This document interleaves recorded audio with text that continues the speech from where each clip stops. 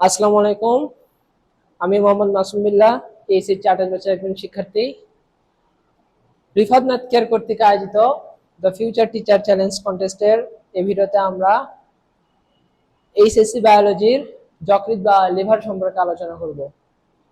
তো প্রথমেই আমি রিফাত ভাইকে ধন্যবাদ দিতে চাই যে এত সুন্দর একটা কন্টেস্টের আয়োজন করার জন্য। তা চলো শুরু করা যাক।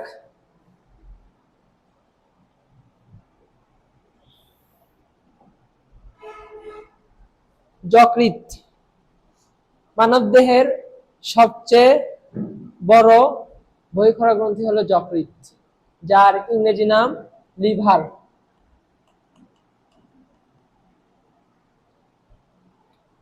যকৃতের অবস্থান আমাদের দেহে উদরগহ্বরের উপরিভাগে, অর্থাৎ আমরা যদি একটু দেখি,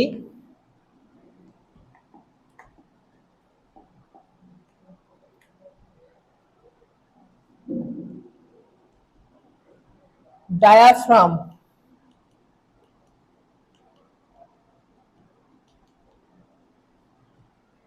ডায়াফ্রামের ঠিক নিচের দিকে এবং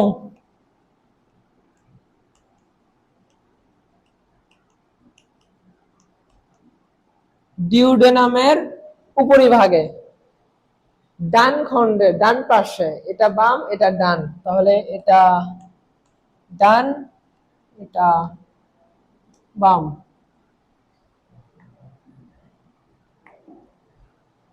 উদরগহ্বরের উপরিভাগে ডায়াফ্রামের নিচে ডিউডেনামের উপরিভাগে ডান পাশে যকৃৎ গঠিত।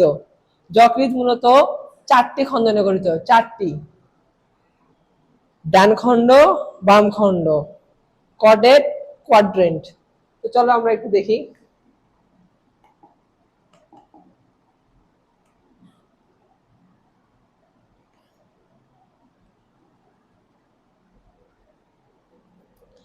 যকৃতের ডান ও বাম খণ্ডের উপরিভাগে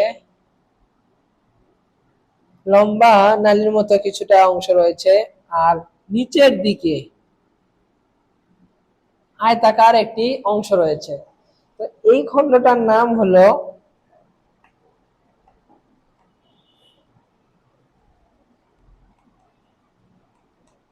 কোয়াড্রেন্ট।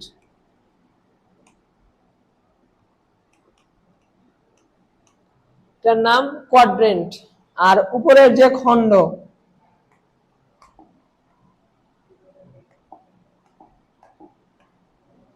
উপরের খণ্ডের নাম কর্ডেট। এটা ডান খণ্ড, এটা বাম খণ্ড। ডিউডেনামের উপরে, ডায়াফ্রামের নিচে, ডান পাশে যকৃৎ অবস্থিত, চারটি খণ্ড নিয়ে অবস্থিত: ডান, বাম, কর্ডেট, কোয়াড্রেন্ট। এই খণ্ডটা মনে রাখার একটা সহজ উপায় হচ্ছে, এটা দেখতে কিছুটা আয়তাকার মতো। আমরা উচ্চতর গণিতে চতুর্ভাগ পড়েছি না? চতুর্ভাগের ইংরেজি হচ্ছে কোয়াড্রেন্ট। সেই হিসেবে আমরা এটাকে মনে রাখতে পারি যে সহজভাবে চতুর্ভাগ, যেহেতু আয়তাকার আকৃতি, যেহেতু সেজন্য আমরা কোয়াড্রেন্ট হিসেবে মনে রাখতে পারি। তো এই যকৃৎ পুরুষ দেহে এবং মহিলাদের দেহে এবং নবজাতক শিশুর দেহে ভিন্ন ভিন্ন ওজন রয়েছে। অর্থাৎ যদি আমরা পুরুষদের ক্ষেত্রে চিন্তা করি, 1.4 কেজি থেকে 1.8 কেজি। মহিলাদের ক্ষেত্রে যদি চিন্তা করি, সেটা হবে 1.2 কেজি থেকে 1.4 কেজি। পুরুষদের ক্ষেত্রে 1.4 থেকে 1.8, আর মহিলাদের ক্ষেত্রে 1.2 থেকে 1.4 কেজি। এবং নবজাতক যে শিশু রয়েছে, নবজাতক শিশুর ক্ষেত্রে এটা 150 গ্রাম। নবজাতক শিশুর ক্ষেত্রে 150 গ্রাম। এবং এই যকৃতের চতুর্দিকে একটা পর্দা রয়েছে, সেই পর্দাটার নাম হলো গ্লিসন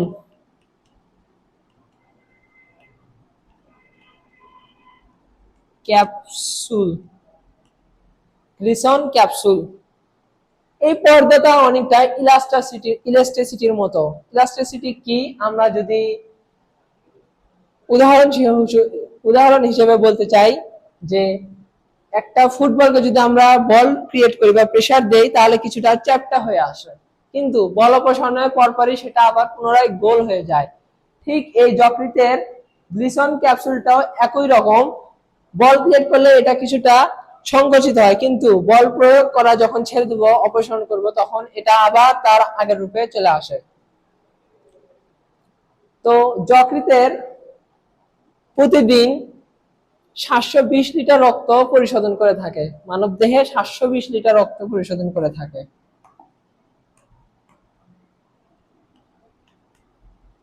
সাতশো বিশ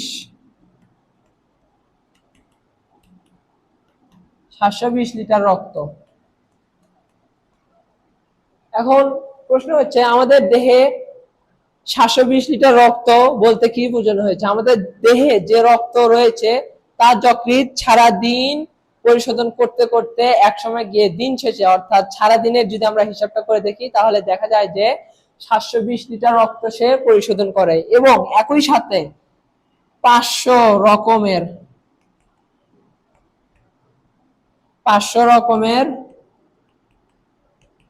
ক্রিয়া বিক্রিয়া হয়ে থাকে।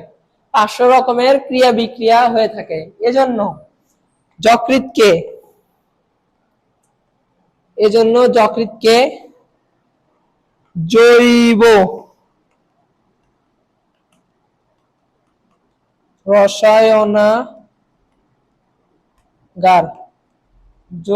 রসায়নাগার অথবা ইংরেজিতে অর্গানিক ল্যাবরেটরি, জৈব রসায়নাগার বা অর্গানিক ল্যাবরেটরি বলা হয়। এই যে 500 রকমের ক্রিয়া বিক্রিয়া যকৃৎ একই সাথে করে থাকে, এজন্য যকৃৎকে সুপার কম্পিউটারের সাথে তুলনা করা হয়েছে। কিসের সাথে? সুপার কম্পিউটারের সাথে।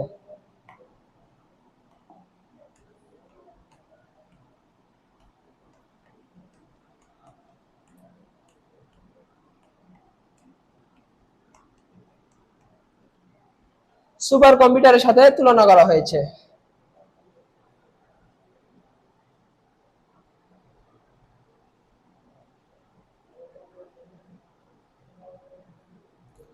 তো আমরা দেখি এই যকৃৎ অসংখ্য খণ্ড নিয়ে গঠিত। অসংখ্য খণ্ড, ছোট যে সকল খণ্ড রয়েছে সেগুলোকে আমরা বলি লোবিউল। আর যকৃতের মধ্যে যে সকল বড় খণ্ড রয়েছে সেগুলোকে আমরা বলি লোব। কি বলে থাকি? লোব। তো চলো আমরা একটু লোবিউলের বর্ণনাটা দেখে আসি, গঠনটা। কারণ এই যে লোব, অসংখ্য লোবিউল দ্বারা এই লোব গঠিত হয়। তা আমরা চলো একটু দেখে আসি।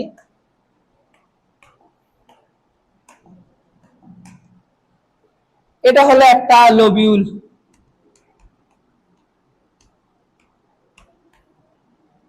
এটা একটা লোবিউল। লোবিউল সাধারণত দুই ধরনের হয়ে থাকে, অর্থাৎ পঞ্চভুজাকৃতি আর ষড়ভুজাকৃতি। পঞ্চভুজাকৃতি আর ষড়ভুজাকৃতি। এটা হলো পঞ্চভুজাকৃতি, এটা ষড়ভুজাকৃতি। তো এই যে লোবিউলের যে এই যে ফাঁকা জায়গাটা রয়েছে এটার নাম হলো সাইনোসয়েড। এটার নাম সাইনোসয়েড। এটা হলো কেন্দ্রীয় শিরা।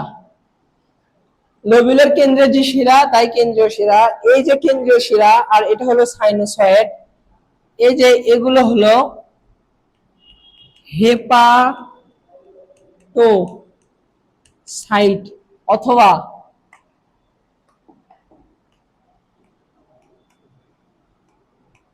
যকৃৎ কোষ, হেপাটোসাইট অথবা যকৃৎ কোষ। আমরা এটাকে একটু ছোট করে নেই।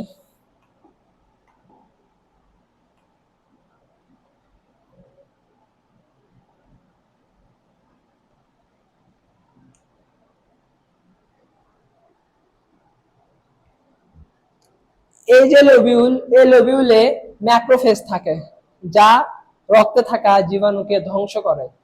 আমাদের দেহে বিভিন্ন অংশে বিভিন্ন ধরনের ম্যাক্রোফেজ রয়েছে। ম্যাক্রোফেজ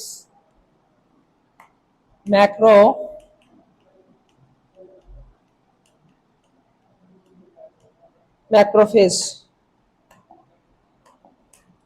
ম্যাক্রোফেজ বলতে বোঝানো হয়েছে মনোসাইট কোষগুলো যখন স্বাভাবিকের থেকে 5 গুণ বড় হয়ে যাবে তখন তাকে ম্যাক্রোফেজ বলা হয়ে থাকে। তো যকৃতে যে ম্যাক্রোফেজ রয়েছে, অর্থাৎ যকৃতের মধ্যে লোবিউলে যে ম্যাক্রোফেজ রয়েছে তার নাম হলো কাপ্ফার কোষ বা কাপ্ফার sell.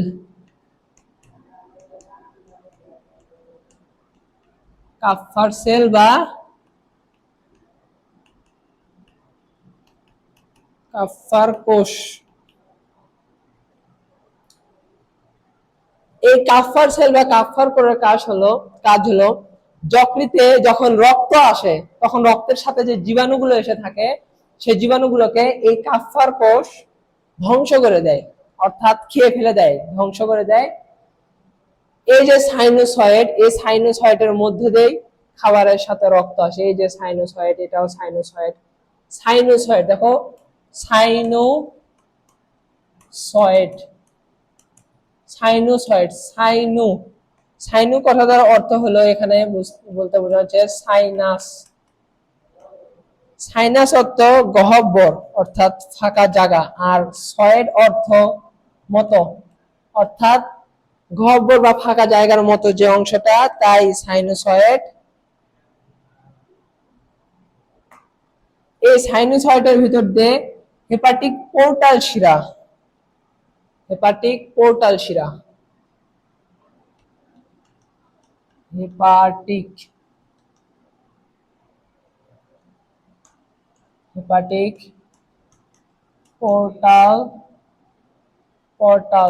Vein hepatic portal vein দ্বারা পরিপাক নালী থেকে রক্তের সাথে খাদ্য সমূহ সাইনোসয়েডে আসে। সাইনোসয়েড থেকে সেই রক্তগুলোর সাথে খাদ্যটা কেন্দ্রীয় শিরায় যায়। এই যে কেন্দ্রীয় শিরায় যায়।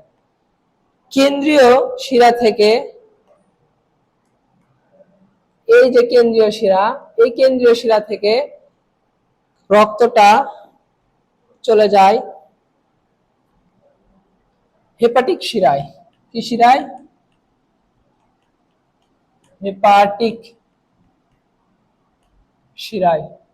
হেপাটিক শিরা থেকে সেই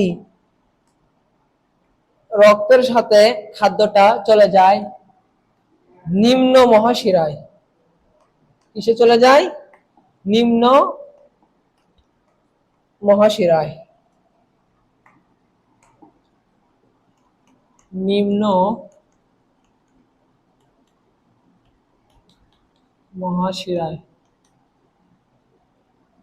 নিম্ন মহাশিরা থেকে রক্তের সাথে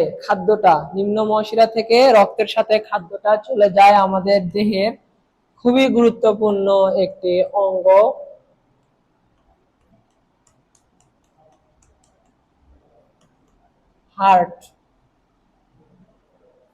হার্টে চলে যায়। হার্টে যাওয়ার পর হার্ট কিছু খাদ্য সঞ্চয় করে এবং বাকি খাদ্যটুকু আমাদের শরীরে সাপ্লাই করে দেয়, অর্থাৎ খাদ্য পরিবহন করে দেয়।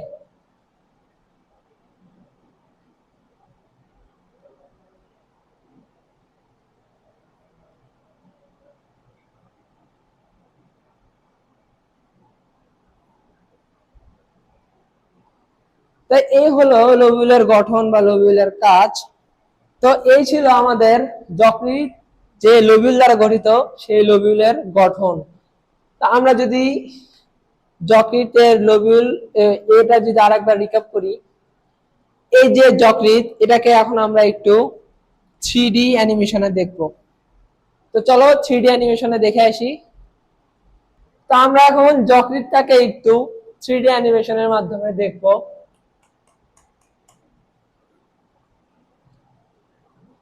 এই যে এটা হলো যকৃৎ, যকৃতের এটা ডান খণ্ড, এটা বাম খণ্ড।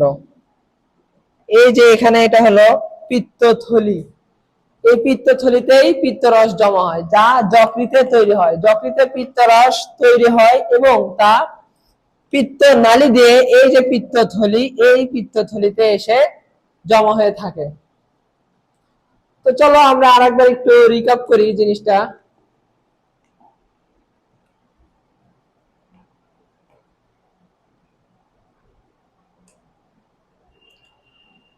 যকৃৎ মানবদেহের সবচেয়ে বড় বহিঃহরা গ্রন্থি যা অসংখ্য লোবিউল দ্বারা গঠিত।